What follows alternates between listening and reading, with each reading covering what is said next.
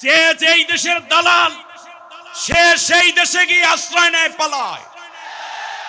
অতএব দীর্ঘ 18 বছর পর্যন্ত তাদের স্বপ্ন ছিল জোর করে ক্ষমতায় থাকা, বাংলাদেশকে ভারতের করদ রাজ্যে পরিণত করা, আমার দেশের ন্যায়পরায়ণ বিরোধী দলীয় নেতা নেত্রী আলেম ওলামা মেধাবীদেরকে হত্যা করে কিংবা বিদেশে নির্যাতন করে তাদেরকে পাঠিয়ে দিয়ে তাদেরকে গুমের নাটক সাজিয়ে হত্যা করার ষড়যন্ত্র করা। বাংলাদেশটাকে তারা অন্যের হাতে তুলে দেওয়ার জন্য সব আয়োজন করেছিল। কিন্তু আমার দেশের ছাত্র সমাজ, যুব সমাজ তাদের মাটি, তাদের ভিটা বাড়ি, তাদের জমিনকে মুশরিকদের হাতে তুলে দিতে চায় নাই বিধায় জীবন দিয়েছে, কিন্তু জমিন দেয় নাই। সুতরাং বোঝা যায় আল্লামা সাঈদী সাহেবের কথা যে বেশি লাফালাফি করবে না, বাংলাদেশের তাওহীদি জনতা গাছের গোড়া ধরে নাড়া দিবে, মামু বাড়ি দিল্লি গিয়ে পড়বা, সেইটাই হলো। ঠিক কিনা বলেন? এরপরে তিনি আরেকটি কথা বলেছিলেন যে এমন অবস্থা হবে ইঁদুরের গর্ত তোমরা খুঁজে পাবে না। সবগুলো ইঁদুরের গর্তে পালিয়েছে।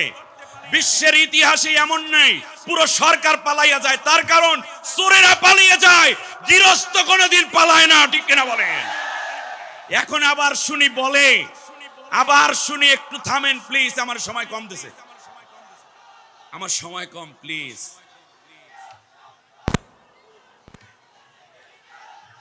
শুনুন, সবাইকে সময় দিতে গিয়ে তো একটা ম্যানেজ করতে হবে। স্লোগান পরে দিয়েন। এবার শুনেন, স্লোগান হবে মিজানুর রহমান আজারিবের সময়, ঠিক আছে কিনা? এবার শুনেন, আমার কথা হচ্ছে এখন ইঁদুর নাকি আবার গর্ত থেকে চট করে বেরিয়ে আসবে। বাংলাদেশের 18 কোটি জনতার হাতে 36 কোটি লাঠি রাখতে হবে। ইঁদুর যদি আবার মাথা উঁচু করে ইঁদুরের মুখ ভেঙে দিতে হবে। বাংলার জমিনে চোরদের আশ্রয় হবে না। এবার শুনুন, এই ইঁদুরগুলো আমাদের কি ক্ষতি করছে তার শেষ উদাহরণ হচ্ছে বাংলাদেশের সচিবালয় আগুন দিয়ে ওরা পুড়িয়ে দিচ্ছে। এতে কাজ হবে না। যত বেশি তোমরা জড়াবে তত বেশি তোমাদেরকে বাংলার মানুষ জাটা করে পুরা বিদায় করে দিবে।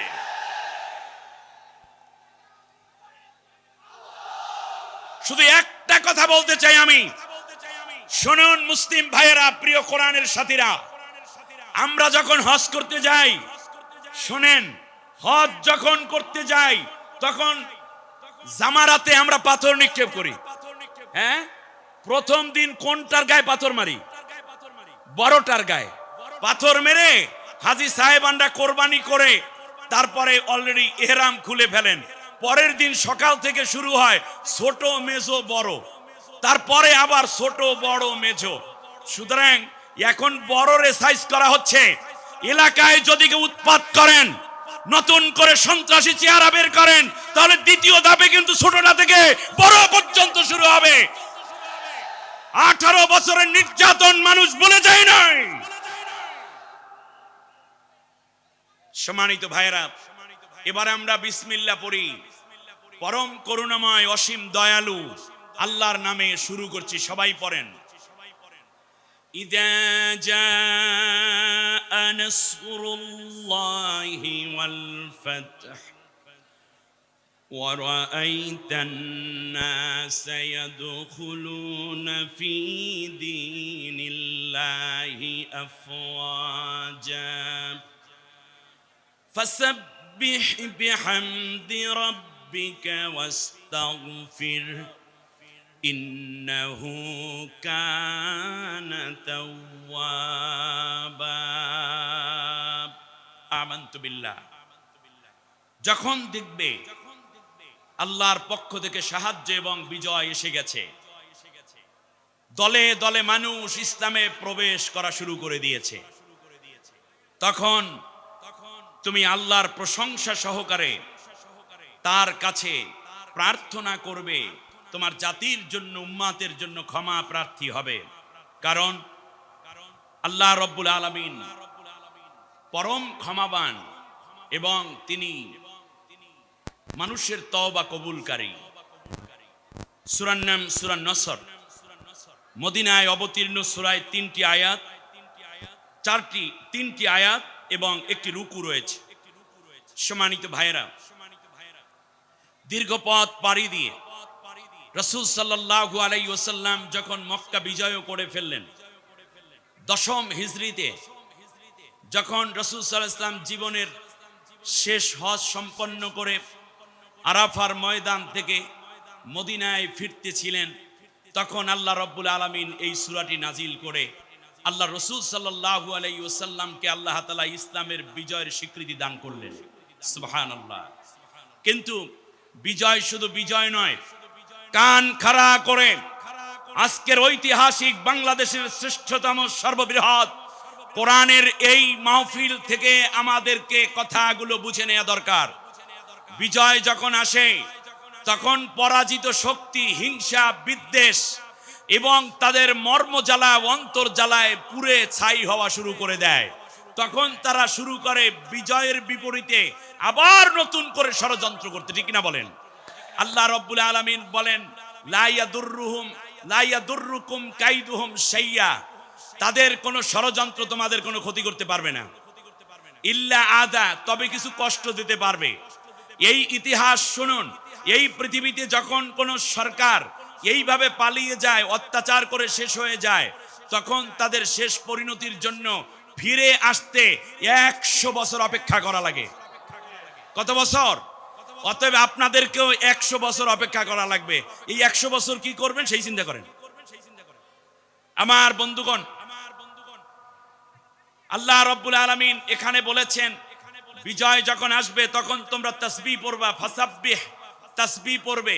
এই তাসবিহ অর্থ বসে বসে সুবহানাল্লাহ নয়, বরং বিজয়কে ধরে রাখার জন্য নতুন করে আবার বিভিন্ন কৌশল অবলম্বন করা।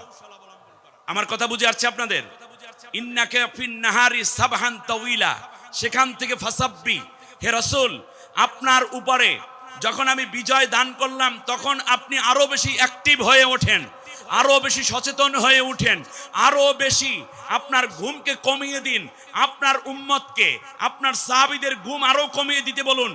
কারণ স্বাধীনতা অর্জন করা যত কঠিন, তার চেয়ে স্বাধীনতা রক্ষা করা আরো বেশি কঠিন। আমার বন্ধুগণ, স্বাধীনতা অর্জনের জন্য 5টি ধাপ দরকার। কয়টি উপাদান দরকার? না, আমার কথার জবাব দিতে হবে এখন। বিজয় অর্জনের জন্য কয়টা ধাপ দরকার? 5টি ধাপ একেবারে মুখস্থ করতে হবে। আমার ওয়াজগুলো আজকে যুবক ভাইয়েরা ভালো করে মুখস্থ করবেন। স্বাধীনতা অর্জন করার জন্য 5টি ধাপ আপনাকে পার হতে হবে। স্বাধীনতা রক্ষা করার জন্য 5টা ধাপকে আপনার অবশ্যই মেনটেন করতে হবে। এই 10টা বিষয়ের উপরে আমি 10 মিনিট কথা বলবো। আজ খুব মনে পড়ে আমাদের মোহতারাম মনিরুল ইসলাম মজুমদার ভাই, তরুণ প্রজন্মের আর এক আইডল। কথাগুলো শুনলে মনে হয় মিজানুর রহমান আজহারি ভাইয়ের ঘ্রাণ আসে কথা থেকে। চেহারাটাও ওইভাবেই আল্লাহ বানাই দিয়েছে। সম্মানিত ভাইয়েরা, আমার পাশে যে মনিরুল ইসলাম মজুমদার ভাই বসা, ঠিক এই মাহফিলে আমার কলিজার টুকরা ভাই নেয়ামাতুল্লাহ নিজামী,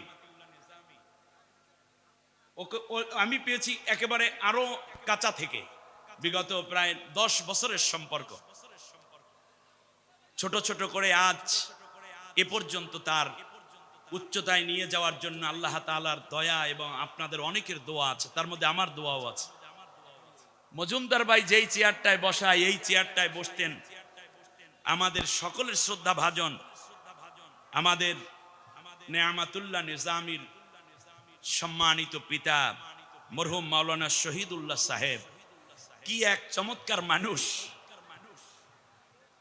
বাহিরের চেহারাটা যেমন ফকফকা ছিল, অন্তরটাও ছিল তেমনই সাদা। আমাকে যখন কথা বলতেন মাঝে মাঝে আমার বুকে হাত দিতেন, মাঝে মাঝে মাথায় হাত দিতেন। আল্লাহর এক মকবুল বান্দা ছিলেন।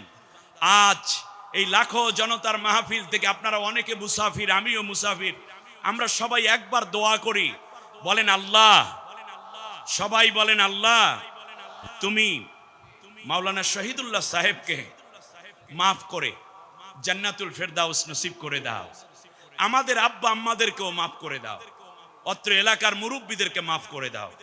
সম্মানিত ভাইরা, বিজয়ের জন্য কয়টা ধাপ লাগে আর বিজয় ধরে রাখার জন্য কয়টা? রাইট, 5 5 10। আমার ওয়াজ শেষ। 1 নম্বর, আল্লাহ রাব্বুল আলামিন অর্ডার করলেন, মুসা তুমি চলে যাও ফিরাউনের কাছে, ইযহাব ইলা ফিরআউনা ইন্নাহু তাগা। মুসা, ফিরাউন বড় অত্যাচারী হয়ে গেছে, স্বৈর শাসক হয়ে গেছে, তারে সামলাবার জন্য তুমি যাও। অর্ডার করেছেন কে? মুসা আলাইহিস সালাম বললেন, আল্লাহ আমি তো যাব, কিন্তু আমাকে তুমি শক্তিশালী করো, তুমি আমাকে কিছু জিনিস দাও। আল্লাহ রাব্বুল আলামিন বললেন, মুসা তুমি কি চাও? মুসা আলাইহিস সালাম বললেন, রব্বি জিদনি ইলমা। ইনশাআল্লাহ এই আমার গরিব টাইম ঠিক আছে? রব্বি জিদনি ইলমা। আল্লাহু আকবার। শুকরিয়া, নিজে আমি বলছি আরো 10-15 মিনিট বাড়ান যাবে, আপনারা আলহামদুলিল্লাহ পড়বেন না? মুসা আলাইহিস সালাম আল্লাহর কাছে অ্যাটম বোমা চাই নাই। আমি জামালউদ্দিন আবার কবে কথা বলবো জানি না, কিন্তু আগামী এই প্রজন্ম, আমার ছাত্র ভাইয়েরা, যুবক ভাইয়েরা, আপনাদের এই কথাগুলো মনে রাখা খুবই জরুরি, কারণ আপনারা পথ হারালে বাংলাদেশ থাকবে না। মুসা আলাইহিস সালাম আল্লাহর কাছে অ্যাটম চাই নাই, গ্রেনেড চাই নাই, তিনি ফাইটার চান নাই, কিচ্ছু চান নাই। আল্লাহর কাছে প্রথমে চাইলেন, রব্বি জিদনি ইলমা। রব্বুল আলামিন তুমি আমার জ্ঞানটা বাড়াইয়া দাও, আমার মেধা বৃদ্ধি করে দাও। সুবহানাল্লাহ। স্বৈর শাসকের মোকাবেলায় বিজয় অর্জন করতে হলে অস্ত্র না, দরকার মেধা। কারণ আপনি একটা ঢিল ছুড়বেন, আপনার 14 গোষ্ঠী সহ ব্রাশ ফায়ার করে ওরা মেরে ফেলবে। এই জন্য অস্ত্র হাতে নেওয়া যায় না, মেধা দিয়ে তাদের মোকাবেলা করতে হয়। এই জন্য আমার নতুন প্রজন্মের স্লোগান ছিল, কোটা না মেধা। কারণ স্বৈর শাসকের মোকাবেলায় প্রথম যেই শর্ত দরকার, তার নাম কি? মেধা। এই জন্য ছাত্রদের স্লোগান ছিল কি? মেধা মেধা। মেধাবীরা আগাই আসছে, বোকা কোটাধারীরা পালাইছে হেলমেট বাহিনী, ঠিক কিনা? আর দুর্নীতিবাজরা পালিয়েছে। পালানোর সময় একজনের ইতিহাস শুধু বলি, কি সুন্দর সাদা দাড়ি ছিল, সাদা চুল ছিল, সাদা পাঞ্জাবি পরত, নাম ছিল দরবেশ। এটা আওয়ামী দরবেশ, এটা মুসলমানের দরবেশ না, এটা লীগের দরবেশ, ঠিক না বলেন? শেষ পর্যন্ত দাড়িগুলা কামাইলো, চুলগুলায় কলপ মাখাইলো, এরপরে পাঞ্জাবি সাইরা শার্ট পরলো, পাজামা খুলে লঙ্গি পরলো, দামি জুতা রাইখা 12 টাকা দামের পঞ্চ পরিয়া আবার সেই নৌকায় উঠছে। এক পর্যায়ে নসিব মন্দ কোস্ট গার্ডের হাতে ধরা পড়লো, তাকে রিমান্ড দেয়া হলো। রিমান্ডের এক পর্যায়ে জিজ্ঞেস করলো, যা করার তো করছেন, দাড়ি কামাইলেন কে? কয় ইসলামের জ্ঞান নাই তোমাদের মোটো, থাকলেই জিজ্ঞাসাই করতে না। বলে স্যার বলেন দেখি। বললো যে দাড়ি রাখা হইলো সুন্নত আর জান বাঁচান ফরজ। কি মাসলা মাইরা দেশে, ফরজ রক্ষা করতে যাই সুন্নত কামান জায়েজ। এ হচ্ছে 36,000 কোটি টাকা বাংলাদেশ থেকে পাচার করেছে। আমি আজ ধন্যবাদ জানাই সম্মানিত প্রধান উপদেষ্টাকে। অনেক ধরা পড়েছে, একটা কথা ভাগ করিয়ে যায় আজকে আপনাদের কাছে ফাঁস করে দিলাম। ধরা পড়েছে কয়েক হাজার দুর্নীতিবাজ, একসাথে সবাইকে আদালতে কিংবা মিডিয়ায় আনে না, তাহলে অন্যরা বলবে কি যে দেখো এই সবগুলাই একসাথে ধরলো কেন? হ্যাঁ, এরাও তো আস্তে আস্তে স্বৈর শাসক হয়ে যাচ্ছে। এই জন্য বাকিগুলো সিপাতে মারতে আছে, আর মারতে হলে ডিম লাগে। এই জন্য বাংলাদেশে আন্ডার দাম বেড়ে গেছে। ওখান থেকে রিমান্ড দিয়া চাচার কাজ আছে, বুদ্ধি আছে, রিমান্ডের ঠেলায় টাকা কই বের করো। ইউরোপীয় ইউনিয়নে হাজার হাজার কোটি টাকা পাঠিয়েছে, বিলিয়ন ডলার পাঠিয়েছে, ওই ডিমের ঠেলায় ওই টাকার কথা কয়। আর 17 দেশের ইউরোপীয় ইউনিয়নের নেতৃবৃন্দ বাংলাদেশে আইনা বলছে তোমাদের ব্যাংকে আমাদের টাকা আছে, এই নামে এত, এই নামে এত, এই অ্যাকাউন্টে এত, টাকাগুলো সব দাও। কিন্তু একটি কথা আমার বলতেই হচ্ছে, সেটা হচ্ছে উপদেষ্টা পরিষদের মধ্যে ভারসাম্যহীনতা আমরা লক্ষ্য করছি।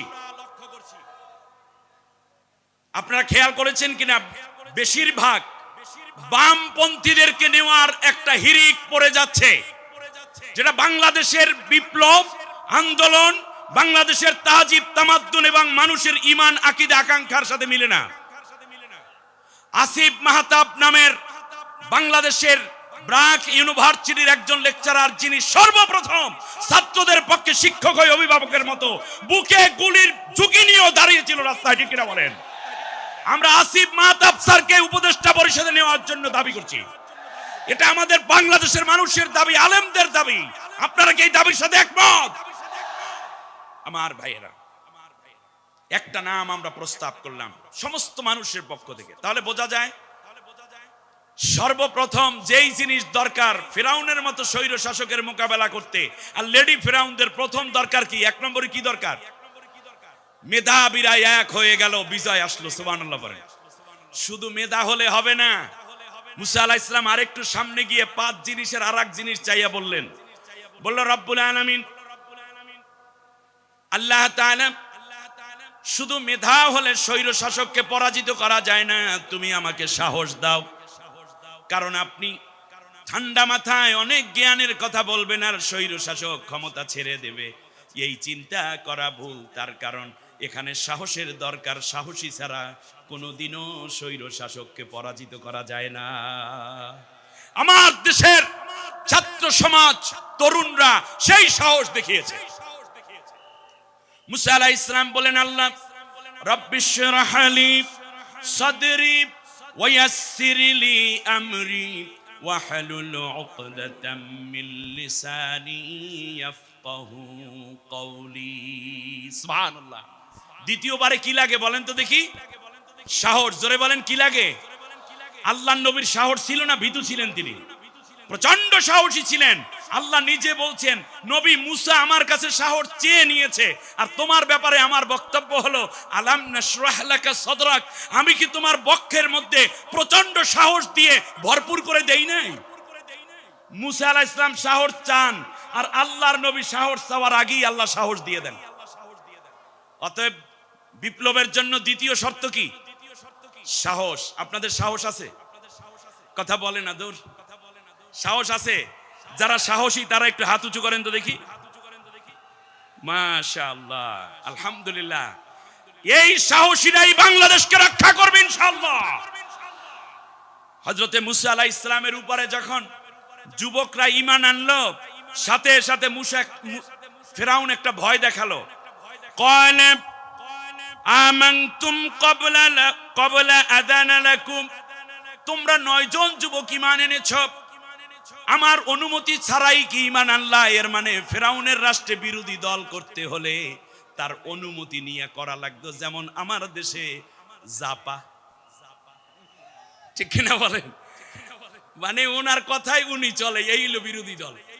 আমার ভাইয়েরা, ফিরাউন ধমক দিয়ে বলল, লাউ কাত্তিআন্না আইদিয়াকুম ওয়া আরজুলাকুম মিন খিলাফিন ওয়ালা মুসাল্লিবান্নাকুম ফি যুযু'ইন নাখলিন।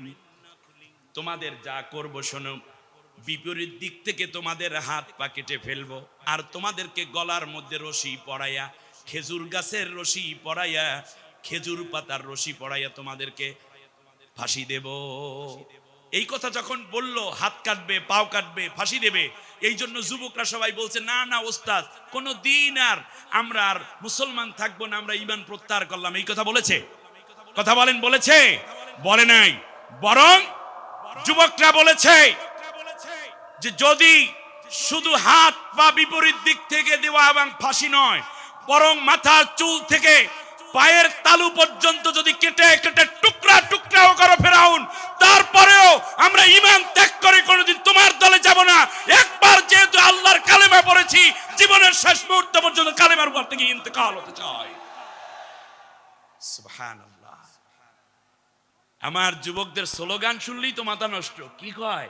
লেগেছে রে লেগেছে, আবার লেগেছে রে লেগেছে। এই কথা শুনলে চোর, সন্ত্রাসী কিংবা গুন্ডা, চাঁদাবাজ, ভোটচোর কিংবা এই স্টাইলে যারা আছে অবৈধ ক্ষমতাধারী স্বৈর শাসক, তাদের কলিজায় পানি থাকে না। আমার ভাইয়েরা, বিপরীত দিক থেকে হাত পা কাটছে মাত্র 7 জনের। ফেরাউন কতজনের হাত পা কাটছে? এই কারণে আমরা বলি ফেরাউন 2 জনকে দেশে ফাঁসি, মোট 9 জনকে মারলো। কিন্তু আপনারা জানেন জুলাই আগস্টের আন্দোলনে মানুষ তো মেরেছি, যারা গুলিবিদ্ধ হয়েছিল তাদের কারো হাত কাটতে হয়েছে, পা কাটতে হয়েছে। আমি আসার সময় আমি পুরো সার্চ দিয়ে দেখেছি এই পর্যন্ত কাদের হাত পা কাটালো কতজনের, 2788 জনের হাত পা কাটতে হয়েছে।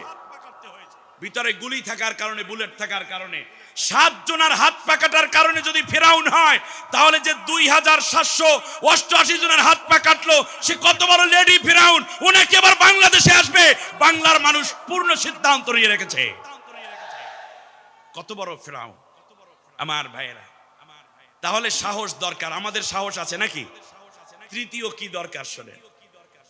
মুসা আলাইহিস সালাম আর একটু সামনে গেলেন, গিয়ে বলতেছে, আল্লাহ আমারে তুমি সাথী বানাইয়া দাও।